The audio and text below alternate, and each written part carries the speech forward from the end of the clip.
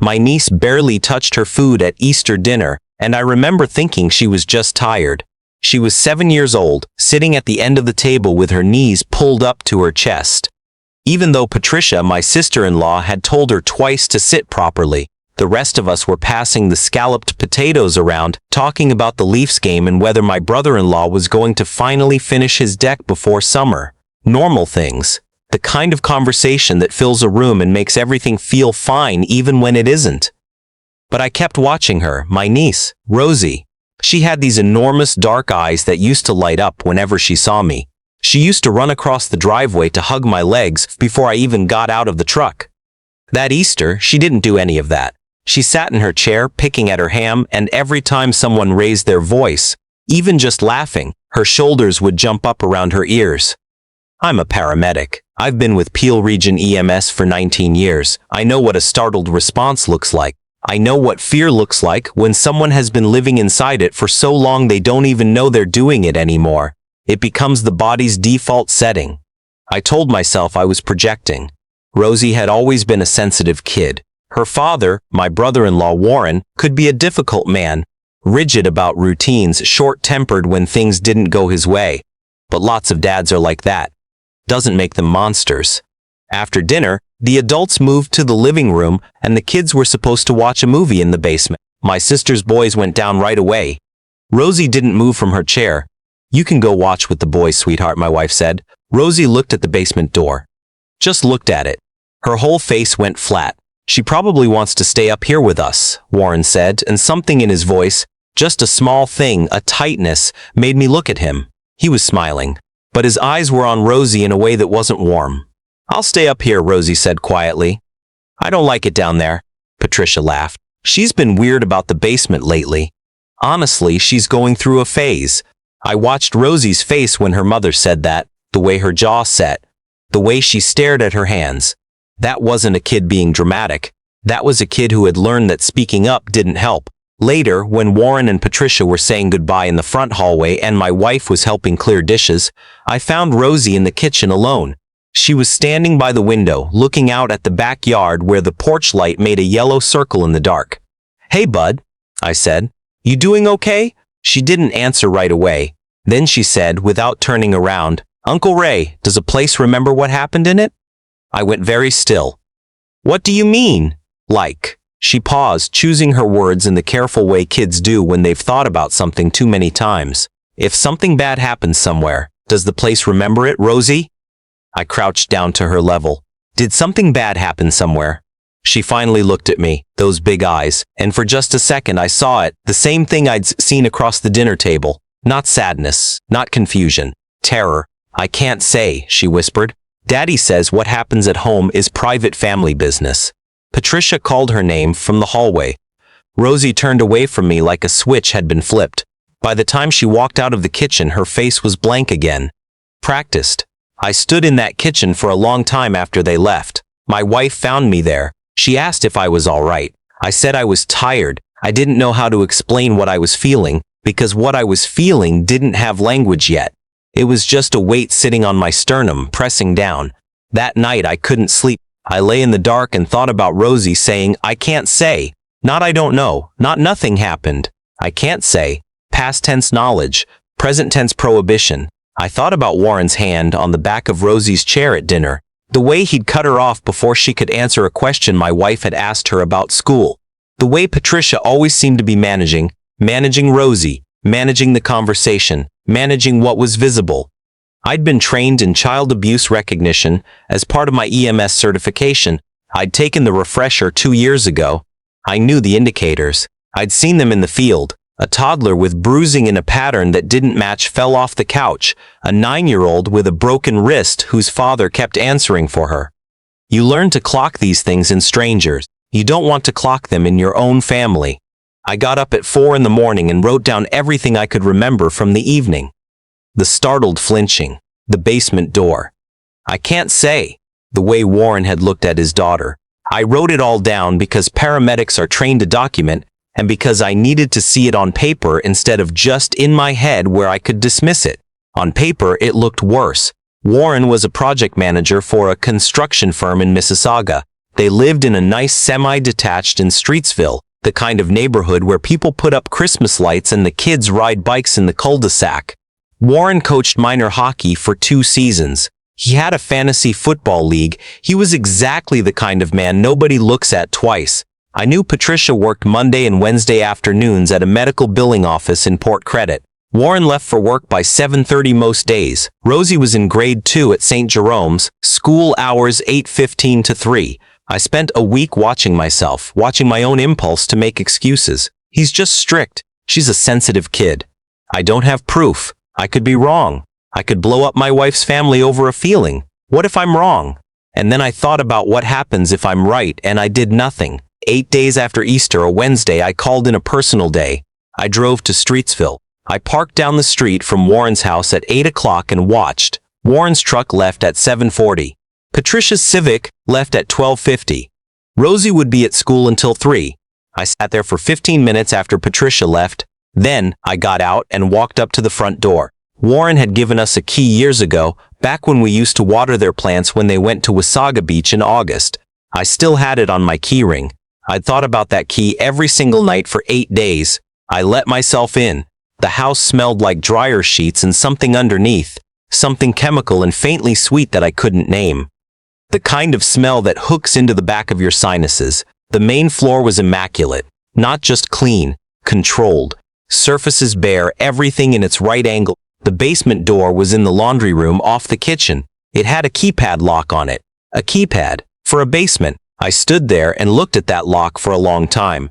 I checked the laundry room cabinets, nothing. I checked the kitchen junk drawer, the hooks inside the pantry door. Then I went back to the laundry room and looked more carefully. There was a plastic bin on the top shelf labeled seasonal. I climbed up on the edge of the washing machine, pulled it down, and dug through folded tablecloths until my hand touched a small laminated card taped to the inside bottom of the bin. A 4-digit code. My fingers were shaking when I punched it in. The basement smelled different.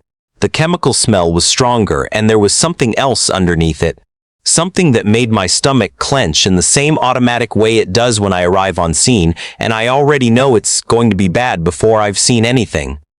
The light switch lit up a finished room. Wood-paneled. A bar fridge in one corner, a TV mounted on the wall. Normal. This could be anyone's rec room. Then I noticed the wood paneling on the far wall wasn't the same as the rest. It was newer, the grain slightly different. I found the seam. Behind it was a door, no handle on this side, that opened with a push. The room behind it had no windows. There was a cot against the wall. Child-sized, with a nylon strap attached to the frame at the level where a small wrist would be. A small wooden desk and chair. On the desk, a spiral notebook, 2 broken crayons, and a McDonald's Happy Meal toy still in the packaging that had never been opened. On the shelf above the desk, a ring binder. Inside the ring binder, organized in plastic sleeves, photographs, and a USB drive taped to the inside cover. I am a paramedic. I have held people's hands while they died. I have worked car accidents where I had to make a choice about who we could still help. I have seen things that cost me sleep for years. None of that prepared me for standing in that room, looking at that ring binder and understanding what I was looking at. My daughter is 9 now. She's 2 years older than Rosie. I took photographs with my phone. I took the ring binder and the USB drive. I made sure the inner door was pulled shut, went back upstairs, re-engaged the keypad lock, put the laminated card back under the tablecloths exactly as I'd found it, and walked out the front door. I drove 4 blocks, pulled over, and sat with my hands gripping the wheel until I stopped shaking enough to drive again. I went directly to the Peel Regional Police Station on Huron, Ontario. The officer at the front desk had the flat face of someone who had heard everything. I told him I had evidence of child abuse, and I had just come from the scene. His expression changed. He picked up his phone. I was put in a room with 2 detectives within 20 minutes. A woman named Detective Martins, maybe late 30s. With reading glasses she kept folding and unfolding. Her partner was older, heavier, a guy named Detective Sorrento who hadn't said much yet, but wrote everything down. I told them everything. Easter dinner, Rosie's face, what she'd said, the 8 days of watching myself, the key, the keypad code, the hidden room, the ring binder. I handed over the binder and the USB drive wearing the latex gloves I kept in my paramedic jacket and had put on before I'd touched anything in the basement. Detective Martins looked through the binder. I watched her face close down in the way people's faces close down when they're containing something. Sorrento kept writing. Mr. Renault, she said, using my last name in the quiet, careful way that meant what came next was serious, you obtained this through illegal entry. That's a problem for prosecution. I know, I said. I'm telling you because there's more in that room, and because my niece is at school right now, and she's going to be picked up at 3 o'clock by one of those two people. She held my eyes for a moment, then she stood up. Wait here. The next 2 hours were the longest of my life. I called my wife. I didn't tell her what I'd found, not on the phone. I just told her something had happened with Warren and Patricia and she needed to be at home. When Detective Martins came back, there were 3 other people with her, including a woman in plain clothes who introduced herself as a child protection worker from SAS, Children's Aid Society of Ontario. They'd verified my details. They were executing a warrant. We'll be picking Rosie up from school directly, the CAS worker said. We have a protocol for this. She won't be going home. She'll be scared, I said. She doesn't know any of you. I know. We have people trained for this. It'll be gentler than you're imagining. They arrested Warren at his office in Mississauga at 4:15. They arrested Patricia when she came home to find police vehicles in front of her house. The CAAS worker called me at 6 in the evening. Rosie was safe. She was at a temporary placement, had been examined by a pediatric nurse, had eaten dinner, and had asked twice whether Uncle Ray knew where she was. That question. That she'd asked for me. I had to leave the room when my wife told me. What came out over the following weeks was worse than what I'd found in that room, which I hadn't thought was possible. The investigation determined that Warren had been abusing Rosie since she was 4. 3 years. The hidden room had been constructed. He'd done it himself, framed it in, finished it, run electrical. In the first year they'd lived in that house. The ring binder documented it. All of it dated and organized in the handwriting of a man who kept project plans for a living. Patricia's situation was complicated in the way these things always are and never really get explained well enough. She had known. The forensic interviews established that clearly. She hadn't participated, but she had enabled and forced the silence, deflected family attention, kept everyone out of the basement. The case worker explained to me later that in a significant number of these cases, the non-offending parent has been conditioned the same way the child has. Isolated, threatened, convinced that speaking up will destroy everything and that everything is the only thing she has left. That didn't make me less angry at Patricia, but it helped me understand her, which is different. I wasn't allowed to see Rosie right away. She was in a therapeutic foster placement, being assessed by specialists from the Child and Youth Trauma Program at Sick Kids. Her foster family was a licensed provider through CAS, experienced with complex trauma cases. I was told that Rosie had named me as a safe person in her initial disclosures. I held on to that. 6 weeks after Easter, her caseworker called and asked if I'd be willing to participate in a supervised visit if Rosie consented. Rosie had consented. I met her at a child advocacy center in Brampton. Neutral furniture, soft colors, a box of Lego in the corner. Her therapist was there, a quiet man named, and I only tell you this because it matters, someone who had spent 15 years working with child victims of sexual abuse and who had the steadiest presence I've ever encountered in another human being. Rosie came in holding a stuffed elephant I didn't recognize. She stopped in the doorway when she saw me. Then she crossed the room and put her arms around my waist and didn't let go for a long time. I thought you'd be mad, she said into my jacket. At you? I pulled back to look at her face. Why would I ever be mad at you? Because I didn't tell sooner. I had to take a breath before I could answer. Rosie, you told me enough, I heard you. That's all that matters, Daddy said. If I told anyone, you'd stop being our family. He was wrong about everything, I said. You are my That doesn't stop. She searched my face for a long time with those dark eyes, checking if I meant it. Then she nodded, slowly, like she was deciding to believe me, and I understood that deciding to believe was an act of courage for her now, not a reflex. The legal process was long and brutal in the way that legal processes are when the accused has money, because Warren did. He hired a defense lawyer from a Bay Street firm who spent the preliminary hearing arguing about the admissibility of evidence obtained through my illegal entry. The Crown prosecutor, a composed woman in her 50s named Adeze Okonkwo, who I came to trust completely, argued that regardless of how I'd obtained the ring binder, There was a fully warranted independent investigation with its own substantial evidence. The judge agreed. The case went to trial. Warren's lawyer tried to argue that the hidden room had been a safe space Warren had built for Rosie, that she'd been confused and manipulated by leading questions from child protection workers, that the photographs were taken out of context and misinterpreted. In 19 years as a paramedic, I had testified in court proceedings before. I had never sat in a courtroom feeling what I felt during that defense argument. It was a physical thing, that feeling, like something cold settling into my chest. Rosie testified via video link. She was 8 by then. She sat in a room with her therapist and a support worker and answered questions for 2 hours, and I was told afterward by a Days that she had been precise, consistent, and that the defense had found no traction with her because children who disclose genuine abuse don't narrate the way someone who's been coached narrates. The details are sensory and specific and non-linear because that's how trauma memory works. Warren was convicted on all counts. 9 counts in total. The sentencing judge said she had presided over serious cases for 22 years, and that what the evidence disclosed about Warren's conduct toward his daughter over a period of 3 years, the meticulous documentation, the constructed concealment, the manipulation of both the child and the non-offending parent, demonstrated a degree of deliberate, sustained predation that she had rarely seen. She sentenced him to 28 years, with no possibility of parole for 18. He showed no reaction. He just looked at the table in front of him. Patricia pleaded guilty to failing to protect a child, which under the Child, Youth and Family Services Act carries significant penalties.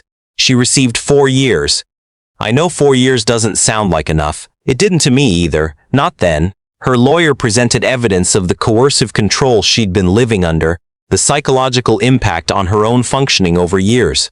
The sentencing judge acknowledged that Patricia was, in some respects, also a victim. That's hard to hold.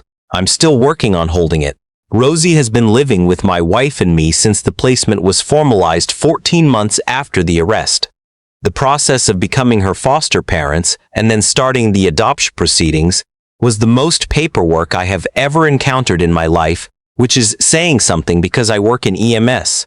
Home studies, background checks, interviews with a family assessor, parenting courses, court dates, worth every piece of it. The first night she slept in our house, she asked me to leave the hallway light on. Then she asked if she could have the door open. Then she asked if the dog could sleep in her room. We said yes to all of it. She had nightmares for months. Not every night, but enough. I learned to just sit with her in the dark when they happened, not to ask what she dreamed, not to explain that she was safe. Just to be there, present, until her breathing evened out again. That's what her therapist had told me. The nervous system needs presence, not information. There were hard days. There were days she was angry at me, genuinely angry, for reasons that had nothing to do with me, and I had to learn not to defend myself or explain it away, but just to absorb it and stay steady.